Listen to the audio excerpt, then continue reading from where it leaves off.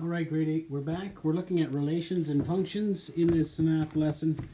I think this is one of the shorter lessons that you're going to go through. The two things that you're going to have to kind of remember is what a relation is and a function is. So here it says a relation is a pairing of two sets of information. In a phone book, names are paired with phone numbers. The name number pairing is a relation. For a basketball game, a player's jersey number might be paired with the number of points the player scored. This number pairing is also a relation. Relations may be described in set notation with a table of pairs or with an equation or a graph. So if you go look on your page 652, it's going to explain that a little bit further. One of the things that we're going to be looking at here, if certain relations are functions, yes or no. So one of the things that they're going to ask you to do, and I'll just draw this one so that you understand that concept, is looking at, for example, a graph.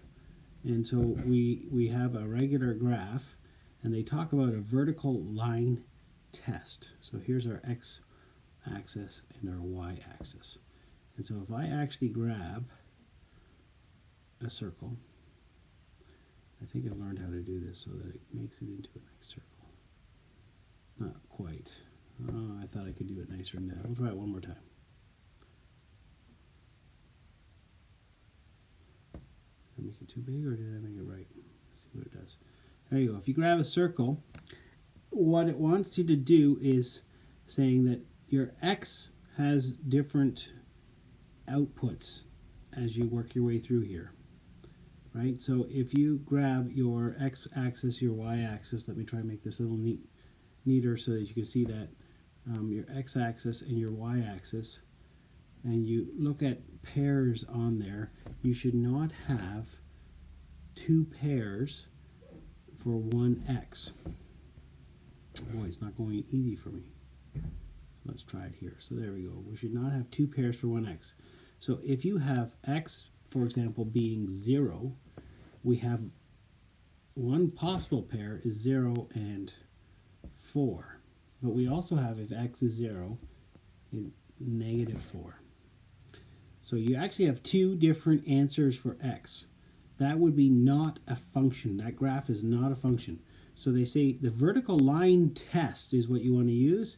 If you did a vertical line through here, any point, a vertical line up and down, we create our line. If we do a line and we get two y marks, this is not a function.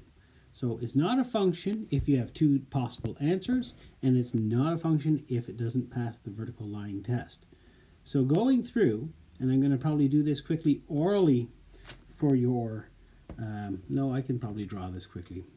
For A of your practice set, for example, we have a graph, and then we have a squiggly line.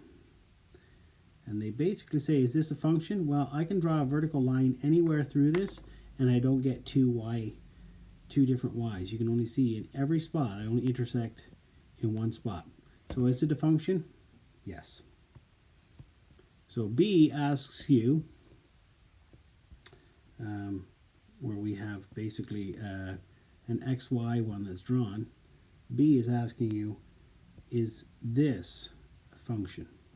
Well, you can right away see through my vertical test, I'm getting two y responses, right? So this is not a function. C as well, it gives you 3, 2, 1, 2, 3. And you'll see that x is 3. At the one point, you have x is 3 and 5, and x is also 3 and 9. So, no, this is not a function for C. And then D, same basic concept here. You have 2, 3, and 4 as your x's, and you have 5, 4, and 5. Do we have different outputs for our x's? No. So is this a function? Yes. Make sense? Hopefully it does. Make sure you do every even number for this assignment, and